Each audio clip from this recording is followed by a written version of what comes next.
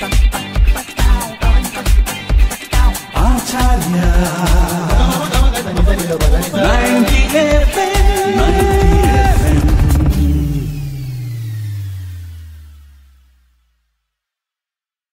मित्रांनो, आचार्य 90 FM your on radio मध्ये मी तेजस्विनी आपल्या सगळ्यांचं स्वागत करते. मित्रांनो, आजच्या आपल्या सेलिब्रिटी शो मध्ये आपण 2 सेलिब्रिटींना आमंत्रित केलेलं आहे. ते म्हणजे लेखक दिग्दर्शक श्रीयुत प्रमोद पवार सर आणि नेहा वैद्य मॅडम, डॉक्टर नेहा वैद्य मॅडम. तुमचं दोघांचंही खूप खूप स्वागत आहे आमच्या आचार्य 90 FM स्टुडिओमध्ये. धन्यवाद. धन्यवाद. आज आपल्याला नाटकाची आपण छानपैकी चर्चा करणार आहोत आणि ते नाटकाचं नाव आहे पराक्रमाची ज्योत, जे झाशीच्या राणीच्या पराक्रमाची यशोगाथा यावर आधारित हे नाटक आहे. आणि या नाटकाच्या संदर्भात आपण ही आज मुलाखत आयोजित केलेली आहे. तर अर्थातच सुरुवात आपण लेखकापासून करूया. तर नेमकं झाशीच्या राणीची सगळी यशोगाथा ही संहिता तुम्हाला लिहाविषयी किंवा लेखक म्हणून मांडाविषयी का वाटली? खरं सांगायचं तर ज्या वेळेला डॉक्टर नेहा वैद्यांनी हे सुचवलं की मला काहीतरी करायचंय आणि ते झाशीच्या राणीवर करायचंय, त्यांची झाशीच्या राणीवर श्रद्धा आहे आणि मग त्यांची ती ऑफर आल्यानंतर मग मी वेगळ्या पद्धतीने त्याचा अभ्यास सुरू केला. आणि मग तो अभ्यास करता करता माझ्या एक लक्षात आलं की एकपात्री प्रयोग करायचा आहे आणि तो एकपात्री करायचा असेल तर त्याच्यासाठी कशा पद्धतीने आपण वेगवेगळ्या भूमिका तिथे उभ्या करू शकतो. म्हणून नट म्हणून इतक्या वर्षांचा अनुभव, दिग्दर्शक म्हणून इतक्या वर्षांचा अनुभव, तो गाठीशी धरता नाटक उभं राहणं त्याच्यातलं आणि झाशीची राणी योग्य पद्धतीने उभं करणं यासाठी जरा बऱ्यापैकी वाचन करावं लागलं. मग ते प्रतिभा रानडेंचं एक झाशीच्या राणीवरचं चरित्र आहे. त्याच्यामध्ये त्यांनी उल्लेख केलेला जो आहे ते मराठीमधलं पहिलं प्रवास वर्णन ज्यांनी लिहिलं ते गोडसे भटजी, म्हणजे वरसईकर गोडसे भटजी. त्यावेळेला म्हणजे हे 150 वर्षापूर्वीची गोष्ट आहे. तर ते भिक्षुकी करण्याकरता काशीपर्यंत प्रवास करायचे. त्यावेळेला ते तिथपर्यंत एका पुण्याच्या ब्राह्मणाबरोबर गेले आणि मग ते तिथेच राहिले. त्यावेळेला मग झाशीच्या राणीचा तिथला उदय, तिने ज्या पद्धतीने काम केलं ते चक्षुर्वय सत्यम, म्हणजे त्यांनी डोळ्यांनी पाहिलं स्वतः ते सगळं आणि मग ते त्यांनी टिपून ठेवलं होतं. मग त्यावर नंतर काही लोकांनी संस्कार केले आणि आज तो इतिहास आपल्याला वाचायला मिळतो. आणि तो जो वाचायला मिळतो तो अभिनीत का करू नये, वेगळ्या पद्धतीने आता सिनेमा आला होता मनकर्णिका म्हणून, त्याच्यामध्ये त्यांनी ज्या पद्धतीने तो सिनेमासाठी त्यांनी घेतलेली ती लिबर्टी होती. पण आपल्याला नाटकाच्या माध्यमातून जिवंत इतिहास शक्यतो खरा सांगणं हे फार गरजेची गोष्ट होती आणि त्याच्यासाठी मग मी लिखाण सुरू केलं. आणि ही संकल्पना डॉक्टर नेहा वैद्यांची, त्यांच्यामुळे मी ते लिहू शकलो असं मला वाटतं. आणि मला वाटतं एक लेखकाला त्यांनी त्यांचं फ्रीडम दिलं आहे आणि त्यानुसार तुम्ही ते लिहिलं. आता सादरकर्त्या डॉक्टर नेहा वैद्य, सादरकर्त्या म्हटल्यावर सगळ्याच एक जबाबदारी असते नाटकाची, तर ती तुम्ही कशी काय पेलवली आहे? म्हणजे एकतर प्रोडक्शनचं पण तुम्ही पाहता आणि सादरही स्वतः मेन रोल असा आपण जे म्हणतो तो अभिनीत तुम्ही करता, तर ते शिवधनुष्य तुम्ही कसं पेललं? ऍक्च्युअली मी आधी कॉलेजमध्ये खूप नाटकांमध्ये कामं करत होते. नंतर पण एकपात्री प्रयोग कॉम्पिटिशन्समध्ये वगैरे बरेच भाग घेत होते. पण नंतर बरीच गॅप पडली आणि हे लॉकडाऊनमध्ये माझ्या डोक्यात आलं की काहीतरी स्त्री पात्र घेऊन करायला हवं. म्हणून मी 3 नावं सरांकडे घेऊन गेले होते. पहिलं एक झाशीच्या राणीचं होतं, दुसरं माझं संत वाङ्मयाचा अभ्यास असल्यामुळे आणि समर्थ वाङ्मय हे मला खूप जवळचं असल्यामुळे संत वेणास्वामी, अक्कास्वामी, असे 3 नावं होते. तर सर म्हणाले राणीवर आपण करूया नक्कीच. सरांनी आधी पुस्तकांची नावं मला दिली, ती पुस्तकं मी पण आणली. म्हणजे त्यांचा अभ्यास होता कारण त्यांना लिहायचं होतं, पण मला काय करायचं हे मला कळलं पाहिजे म्हणून आम्ही दोघांनी ती पुस्तकं वाचली. मला जे काही पॉइंट भावले ते मी सरांना सांगितले की हे आपल्याला हवे. आणि मग नंतर लिहून झालं, त्याचं वाचन झालं. ते ऐकल्यानंतर सुरुवातीला वाटलं बापरे हे खूप अवघड आहे, मला जमेल की नाही. पण मग नंतर प्रॅक्टिस सुरू केली हळूहळू. पण खूप गॅप पडली होती माझं, म्हणजे हे फील्ड सोडून खूप गॅप पडल्यामुळे अक्षरशः सरांनी मला उभं कसं राहायचं, पाय कसे आधी कुठला पाय पुढे टाकायचा, इथपासून सगळं शिकवलं. आणि मग ती प्रॅक्टिस, मुख्य म्हणजे काय, 1 तास 20 मिनिटं मी एकटी स्टेजवर आहे आणि ते पाठांतर, त्यातल्या त्या सनावळ्या, ते सगळं. पण ती प्रॅक्टिस हळूहळू घेऊन ते एक एक गोष्टी त्यांनी सगळं, कुठे आवाज वाढवायचा, कुठे चेंज झाला पाहिजे, हे सगळं त्यांनी बसवून घेतलं अक्षरशः माझ्याकडनं. आणि मग ती प्रॅक्टिस करून ते कॉन्फिडन्स आला की नाही आता आपण करू शकतो. आणि मग तो प्रयोग आम्ही सादर करायला सुरुवात केली. अच्छा, नक्कीच. आणि एक पहिलंच नाटक तुम्ही निवडलं आहे ते म्हणजे ऐतिहासिक. आणि आपलं रेग्युलर मराठी नाटक असतं म्हणजे बोलीभाषेत आपण बोलतो, पण एक ऐतिहासिक नाटक करायचं तर त्याला एक मोठं चॅलेंज असतं. ते शब्द फार कठीण असतात, जड असतात, आणि मग ते आपण बोलणं हे फार म्हणजे खूप त्याला रिहर्सल करावी लागते. तर पहिलंच आणि ते सुद्धा ऐतिहासिक नाटक हे करावं असं तुम्हाला का वाटलं? केवळ भूमिकेमुळे, म्हणजे त्या व्यक्तीमुळे वाटलं. ऐतिहासिक असं नाही, जसं मी म्हटलं की 3 व्यक्ती माझ्या डोळ्यासमोर होत्या. त्यातलं पहिल्यापासून माझं व्यक्तिमत्व स्वतः अशाच गोष्टींकडे झुकणारं असल्यामुळे, मागे पण एका सिरियलमध्ये माझं सिलेक्शन झालं होतं, तेव्हा पण सोयराबाईचा रोल म्हणून मला अलॉट केला होता. सईबाई वगैरे मी करू शकत नाही, पण सोयराबाई मी करू शकते. सो माझं व्यक्तिमत्व किंवा माझा जो पिंड आहे त्यानुसार, आणि माझं स्वतः मिलिटरी ट्रेनिंग झालेलं आहे, सो मला ती सगळी आवड असल्यामुळे ही भूमिका मला जास्त भावली. आणि त्यामुळे ते करायला पण मग सोपं गेलं. जशी सरांनी प्रॅक्टिस करून घेतली तसं तर मग ते आवडायला लागलं, कारण तो पिंडच तसा असल्यामुळे ते भावला. आणि स्वतः माझे मिस्टरच याचे निर्माते आहेत, त्यांचं सहकार्य होतं, त्यामुळे या सगळ्या गोष्टी खूप सुलभ होत गेल्या करायला. सर, आता प्रयोग कुठे कुठे तुम्ही सादर केले त्याविषयी सांगाल, आणि तुम्ही मॅडमकडनं कशा प्रकारे तयारी करून घेतली? प्रयोग आम्ही अगदी मुंबईमध्ये केले, ठाण्याला केले, त्याच्यानंतर उज्जैनला केला होता आपण, नाशिक, खामगाव, औरंगाबाद, म्हणजे आम्ही प्रयोग जास्तीत जास्त ठिकाणी करण्याचा प्रयत्न करतोय. आता हे प्रयोग करत असताना आमची इच्छा ही एकच आहे की आजकाल ती, म्हणजे आम्ही आमच्या पत्रिकेमध्ये पण लोकांना लिहिलेलं किंवा पाहिल्यानंतर की आपण उगाच लव जिहाद, मुलींचं कपड्यांच्याकडचं लक्ष, याच्या त्याच्यावर अनेक अनेक गोष्टींनी बोलत असतो. पण आपल्यातलीच एक व्यक्ती काही 100-150 वर्षापूर्वीची, की जी अपेक्षित काही नव्हतं, ती एका, म्हणजे कथेमध्ये असतं ना तसं, एका गरीब ब्राह्मणाची मुलगी, तर ती तशी होती. पण गंगेच्या काठी तिचा जन्म झाला म्हणून तिचं नाव मनकर्णिका ठेवण्यात आलं.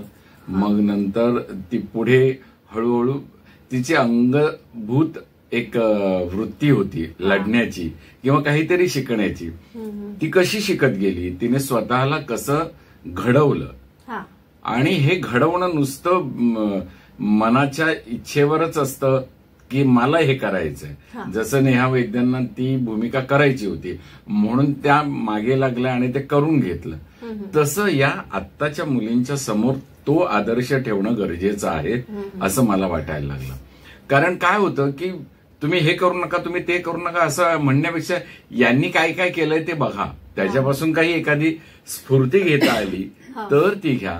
आणि ती स्फूर्ती देण्यासाठी आपण या पराक्रमाची ज्योत, म्हणजे त्याची निर्मिती करताना हे उद्देश हे अगदी ठामपणे आमच्या डोळ्यासमोर होतं. म्हणजे ती जगली किती वर्ष, तर 39 वर्ष, 30 वर्ष, 29व्या वर्षी. आणि तिने स्वतः एक सैन्य उभं केलं नवऱ्याच्या मृत्यूनंतर. त्या सैन्याला ती स्वतः लीड करायची, आणि हे म्हणजे वयाच्या 20 ते 30 या 10 वर्षाच्या काळामध्ये ती एक राज्य सांभाळू शकते. नंतर इंग्रजांच्या बरोबर तिने लढा दिला. हा लढा कशा पद्धतीने दिला, त्याच्यासाठी तिची मानसिक तयारी कशी होती, हे सगळं उभं करणं फार गरजेचं होतं. आणि तो मला वाटतं नव्या मुलींना तो आदर्श ठरेल. हो, आणि आताच्या काळाला गरज आहे. म्हणजे स्त्री सगळं आपलं शिवाजी महाराजांचं जे सैन्य दल आहे त्याच्यामध्ये सुद्धा त्याचं प्रशिक्षण आपल्या दादर इथे पण दिलं जातं. तर ते सुद्धा म्हणजे दांडपट्टा, हे सगळे खेळ मुलींना अवगत असले पाहिजेत. घोडे सवारी देखील त्यांनी केली पाहिजे. आणि आताच्या सुद्धा काळामध्ये स्ट्रॉंग कसं व्हायचं हे तुमचं नाटक बघून मुलींना नक्कीच यातून शिकता येईल. हो, तर यात नुसती म्हणजे शारीरिक नाही तर मानसिक सुद्धा. कारण मी स्वतः एक काउन्सिलर आहे, आता आपण बघतो की रिझल्ट लागल्यानंतर कळतं, म्हणजे कमी मार्क्स मिळाले तरी डिप्रेशन, फ्रस्ट्रेशन, अशा अनेक केसेस मी आता सुद्धा हँडल करते. सो जसं सरांनी सांगितलं की 30 वर्षाचं आयुष्य जगलेल्या त्या राणी लक्ष्मीबाईचं, आणि तिने किती संघर्ष केला पण ती कधी हरली नाही, खचली नाही.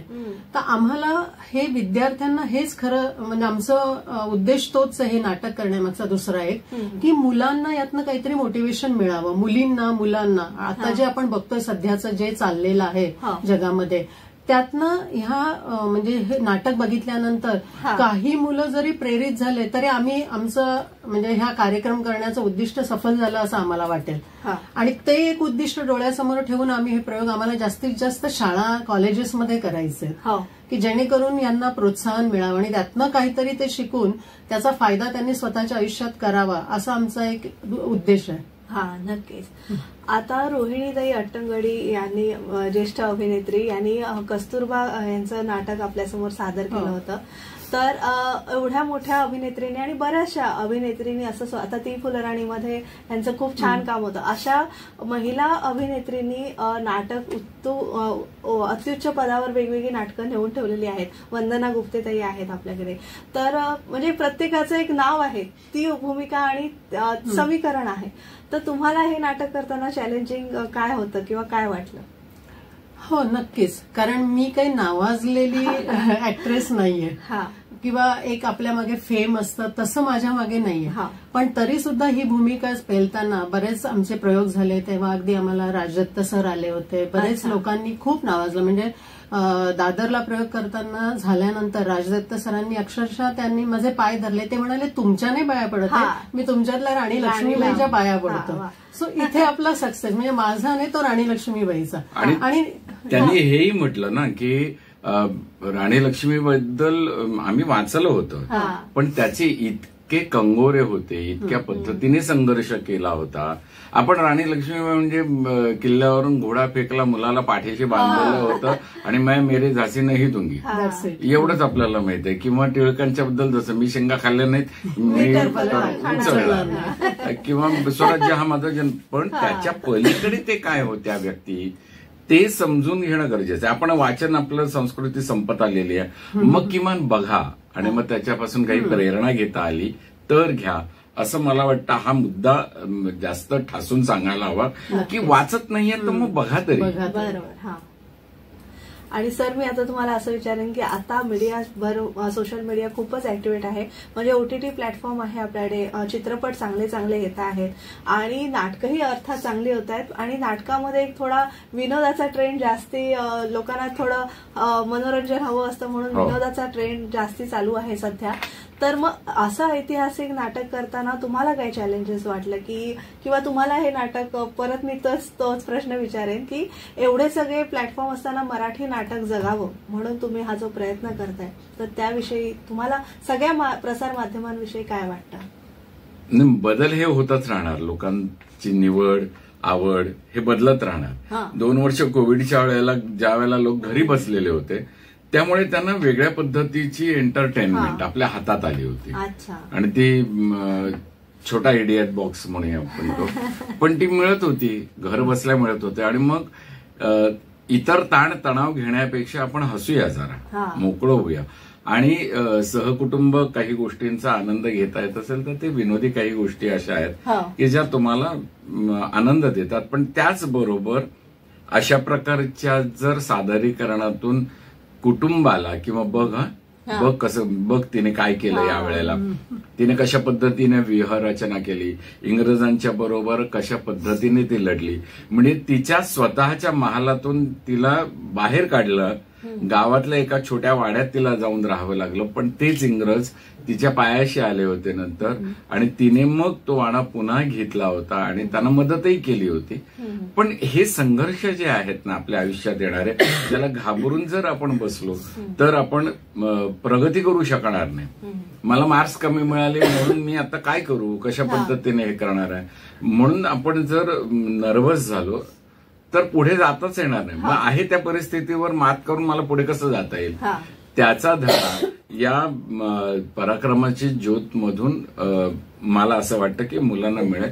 आणि नाटक सादर करत असताना मग आवाजाचा पोत आहे, वेगवेगळ्या भूमिका आहेत त्याच्यामधल्या, ते एकट्या 1.25 तास ते काम करत असतात. मग हे 1.25 तास बोलणं आहे, त्याच्यामध्ये मला काही व्हिज्युअल आम्ही दाखवतो. तो किल्ल्याची म्हणजे ऑडिओ व्हिज्युअल सारखं केलेलं आहे. तेवढा काही 1 मिनिटाचा वगैरे जो वेळ मिळतो त्याच्यात पाणी पिणं वगैरे एवढंच होऊ शकतं. पण 1.25 तास कंटिन्युअस पराक्रमाची ज्योत चालू असते, ती विझत नाही, ती विझू नये म्हणून आम्ही प्रयत्न करतो. आणि मला असा प्रश्न विचारायचा होता की तुम्ही आता रंगभूमीकडे कसं बघता, म्हणजे इतर प्रसार माध्यमांच्या माध्यमात त्याचं चॅलेंज असताना? काही नाही, लोकांना बघायला प्रत्यक्ष रंगमंचावर जे काही घडतं ते स्वतः अनुभवायला खूप आवडतं. आणि त्याच्यासाठी प्रेक्षक आताही गर्दी करतात. तुम्ही चांगलं दिलं पाहिजे, त्याची अर्थातच पब्लिसिटी आणि या सगळ्या गोष्टी इतक्या महत्वाच्या असतात की त्या तुम्हाला सातत्याने करत राहावं लागतं. आणि लोकांना आजकाल मोठ्याने ओरडून सांगितल्याशिवाय किंवा जाहिराती केल्याशिवाय ते विकलं जात नाही. त्याच्यामुळे तेही भान ठेवावं लागतं. पण काही काही गोष्टी अशा असतात ज्या चांगल्या आहेत, त्याच्यासाठी तुम्हाला जरा जास्तच मेहनत घ्यावी लागते. मला एक जण यांचं नाटक बघितल्यानंतर याला ठाण्याच्या प्रयोगानंतर एक जण भेटला होता. तो म्हणाला तर सोशल मीडिया जे आहे ना हा झोपलेला राक्षस आहे, तर त्याला जागं करायचं असेल तर तुम्हाला खूप काही करावं लागेल. त्याला जागं करा म्हणजे मग तुमचं नाटक चालेल किंवा ते लोकांच्या पर्यंत पोहोचेल. आज मला वाटतं हा सोशल मीडियाचाच एक प्लॅटफॉर्म तुम्ही आम्हाला दिलेला आहे, त्याचा उपयोग हाच व्हावा की लोकांनी ते ऐकल्यानंतर प्रयोगासाठी संपर्क करावा. आम्ही तुमच्याकडे येऊन प्रयोग करू. अपेक्षा फार नाहीत, तांत्रिकदृष्ट्या जेवढा खर्च येतो तेवढाच अपेक्षित आहे आणि कुठेही प्रयोग करू शकतो. आणि गरज आहे आज प्रत्येक, तुम्ही जसं म्हणालात महाराष्ट्रातल्या प्रत्येक शाळेमध्ये किंवा कॉलेजेसमध्ये हे प्रयोग होणं गरजेचं आहे. आणि पूर्वी नाही का म्हणजे शंकर वैद्य, कवी शंकर वैद्य किंवा मंगेश पाडगावकर आतापर्यंत इव्हन प्रवीण दवणे सर सुद्धा आता सुद्धा जागोजागी जाऊन कवितांचं सादरीकरण करतात. तसं आता सुद्धा हे थोडं मागे पडलंय, आता तसं होत नाही. पण असे हे प्रयोग प्रत्येकाने जाऊन केले पाहिजेत आणि तसे आयोजितही केले पाहिजे. कारण आम्हाला काहीच लागत नाही स्टेजवर, फक्त एक ठोकळा मला बसायला दिला तेवढी पुष्कळ असतं आणि प्रोजेक्टर स्क्रीन. कारण आम्ही त्या प्रसंगानुरूप त्यावेळचे पिक्चर्स दाखवतो आणि म्युझिक पण आहे. म्हणजे हे एक पात्री प्रयोग नाही आहे, हे नाट्य आहे. कारण ते तिथे म्युझिक चालू असतं, स्टेजवर मी असते, त्याच्यानंतर प्रोजेक्टरवर स्क्रीनवर आपण त्यावेळेचे पिक्चर्स दाखवत असतो.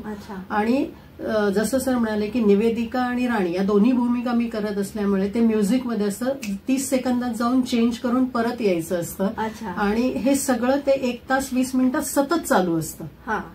त्यामुळे ती म्हणजे एकदा राणी असते, एकदा निवेदिका असते. कारण काही प्रसंग निवेदिकेने सांगितले की ते जास्त पडतात, तिच्याकडे बघण्याचा दृष्टिकोन, तिने काय केलं, काही गोष्टी पुढे नेण्यासाठी आपल्याला सूत्रधार लागतो. ती सूत्रधाराची भूमिका पण त्याच करतात. मग तुमची कसरत नाही होत निवेदिका आणि झाशीची राणी सादर करताना? म्हणजे ते सांगते की पण ते आता जमायला लागलं म्हणून ती प्रॅक्टिसच तशी करून घेतली आहे की त्याप्रमाणे. म्हणून तर म्हटलं सर जसं म्हणाले हे वाक्य आता मला सर बोलले ते खूप आवडलं की पराक्रमाची ज्योत सतत तेवत असते. ती 1 तास 20 मिनिटं ती सतत तेवत असते, ती कुठेही त्याला खंड नसतो, पण ब्रेक पण नाहीये. आणि ते सतत कंटिन्युअस एकामागोमाग एक एक प्रसंग असे उभे करत जातात. तो असा चढता क्रम आहे. आणि नंतर ते युद्ध, त्याच्यानंतर मग तिचं जाणं आणि ती टिपेला ते पोहोचतं आणि मग त्याच्यानंतर खटकन आपण येतो की ही पराक्रमाची ज्योत सतत चालू राहायची असं. आणि मला वाटतं ती ज्योत तुम्ही तुमच्या अभिनयातनं पेटवत ठेवता किंवा तेवत ठेवता त्याचं मूळ कारण म्हणजे तुमचा असलेला योगाभ्यास. योगाभ्यासाची इतक्या वर्षाची तुमची जी साधना आहे ती तुम्हाला आता फलद्रूप होते आहे असं आपण म्हणूया. आणि आता या प्लॅटफॉर्मच्या माध्यमातून तुम्ही शासनाला काय आवाहन कराल? कारण कुठेतरी आपला आवाज शासनापर्यंत गेला पाहिजे. शासनाने आपलं सांस्कृतिक संचालनालय आहे त्याच्या माध्यमातून याचे प्रयोग वेगवेगळ्या ठिकाणी आयोजित केले पाहिजेत, असं काही तुम्ही आवाहन करू इच्छिता का? आवाहन करू इच्छितो आम्ही, पण झोपलेल्याला जागं कसं करणार? किंवा झोपेचं म्हणजे प्रत्येक गोष्टीसाठी जर तुम्हाला पत्र नाचवावी लागत असतील किंवा खेटे घालावे लागत असतील तर तुम्ही काम काय करायचं नेमकं, सादर करण्याची आमची इच्छा आहे, आम्ही केलेलं आहे ते, तर मग तुम्ही त्याचा विचार करायला पाहिजे. हे जर काहीतरी बरं आमच्याकडे येऊन करून दाखवा. हो, आम्ही येतो आणि करून दाखवतो तुम्हाला, तुम्ही बघा, आवडलं तर पुढे न्या, नाहीतर नका नेऊ. पण तो इतिहास जर वाचन संस्कृती कमी झालेली असेल तर तुम्हाला त्या पद्धतीने वेगळं काहीतरी द्यायला पाहिजे. ते देण्याचा आम्ही प्रयत्न करतोय आणि तेवढ्यासाठी डॉक्टर नेहा वैद्य आणि मिलिंद वैद्य यांनी दोघांनी मिळून प्रयत्न केलेला आहे. मी एक भुई आहे, मी वाचून कुठचं तयार केलं आणि नाट्यरूपात आणण्याचा प्रयत्न केला. पण खऱ्या अर्थाने या दोघांनी खूप प्रयत्न केले आणि ते तडीस नेण्यासाठी आता प्रेक्षक आणि सरकार यांनी आम्हाला मदत करावी. बरं, आम्ही मागतोय काय, म्हणजे लोक मागतात 50,000 20,000, आम्हाला फक्त 15,000 द्या किंवा आणि साऊंड सिस्टीम लागते, प्रोजेक्टर लागतं, प्रत्येकाचं भाडं द्यावं लागतं. जी काही मुलं येतात आमच्या बरोबर काम करायला त्या तिघांना त्यांनाही काही पैसे द्यावे लागतात. रोज कोणी येऊन चॅरिटी करणार नाही, पण त्यांना ते द्यायलाच हवे. ते अगदीच किरकोळ असले तरी ते देणं गरजेचं आहे. कारण मला असं वाटतं की नाटकात काम करणारे किंवा करू इच्छिणाऱ्यांना प्रोत्साहन मिळणं आवश्यक आहे, पण ते आर्थिक स्वरूपात पण असलं तर ते काम करायला पुढे हुरूप येतो. त्यांना एक जाण्या येण्याचा खर्च आणि या लोकांचे जेवढेच आम्ही घेतो, बाकी एकही पैसा आम्ही एक्स्ट्रा घेत नाही, काहीच घेत नाही. जेवढं त्यांचं देणं आहे, कारण त्या लोकांचं प्रोफेशन आहे, ते त्यांचं काम आहे, त्याच्यावर त्यांचं पोट आहे, तर त्यांचे देणे आणि आमचं जाण्या येण्याचं भाडं एवढं जरी सुटलं तरी आम्हाला बाकी काहीच नकोय. फक्त हा प्रयोग अगदी प्रत्येकापर्यंत पोहोचावा हीच आमची इच्छा आहे. म्हणजे आता कार्यक्रम स्टेजवर अशा पद्धती केवळ वाचनाचे चालू आहेत. पण हा वाचनाचा कार्यक्रम काही लोक करतात, तर त्याच्यासाठी ते 30,000 50,000 50,000 रुपये घेतात. आम्ही 25,000 मागितले तर अरे बापरे, इतके एकपात्री तर आहे. अरे एकपात्रीच्या मागे अजून 4 माणसं उभी आहेत, त्यांना प्रवास करावा लागतो, तो प्रोजेक्टर आणावा लागतो, ते साऊंड सिस्टीम आणावी लागते. कारण एक माणूस बोलणार म्हटल्यानंतर त्याला लेपल माईक असेल तर तो जास्त चांगल्या पद्धतीने पोहोचू शकतो. प्रत्येक गोष्टीचं भाडं येतं. पण हा समजून घेणं आणि त्याप्रमाणे प्रोत्साहित करणं हे ज्यांच्या हातात काहीतरी देण्याचं बळ आहे त्यांनी ते द्यावं असं मला वाटतं. नक्कीच. आणि सगळं आज तुम्ही दोघं इथे आलात आणि खूप छान या नाटकाबद्दल आपण बोललो, त्याबद्दल तुमचे खूप खूप आभार आचार्य 90 FM स्टुडिओकडनं मी व्यक्त करते. धन्यवाद. थँक्यू. आणि तुमचे प्रयोग भरपूर होत आणि ठिकठिकाणी होत अशाही तुम्हाला प्रथम आचार्यामध्ये करा. नक्कीच नक्कीच. आणि परत एकदा झाशीच्या राणीला मुजरा करते आणि हा कार्यक्रम इथे थांबवते. मित्रांनो, पुन्हा एका नवीन गेस्टसह भेटूया पुढील गेस्ट इंटरव्ह्यू मध्ये, सेलिब्रिटी शो मध्ये. तोवर मी तेजस्विनी आपला निरोप घेते. प्रमोद पवार सर इथे आपल्याकडे आलेत, तसंच डॉक्टर नेहा वैद्य देखील आपल्या या इंटरव्ह्यू मध्ये सहभागी झालात, त्याबद्दल तुमचे खूप खूप पुनश्च आभार. धन्यवाद. धन्यवाद. धन्यवाद. आचार्य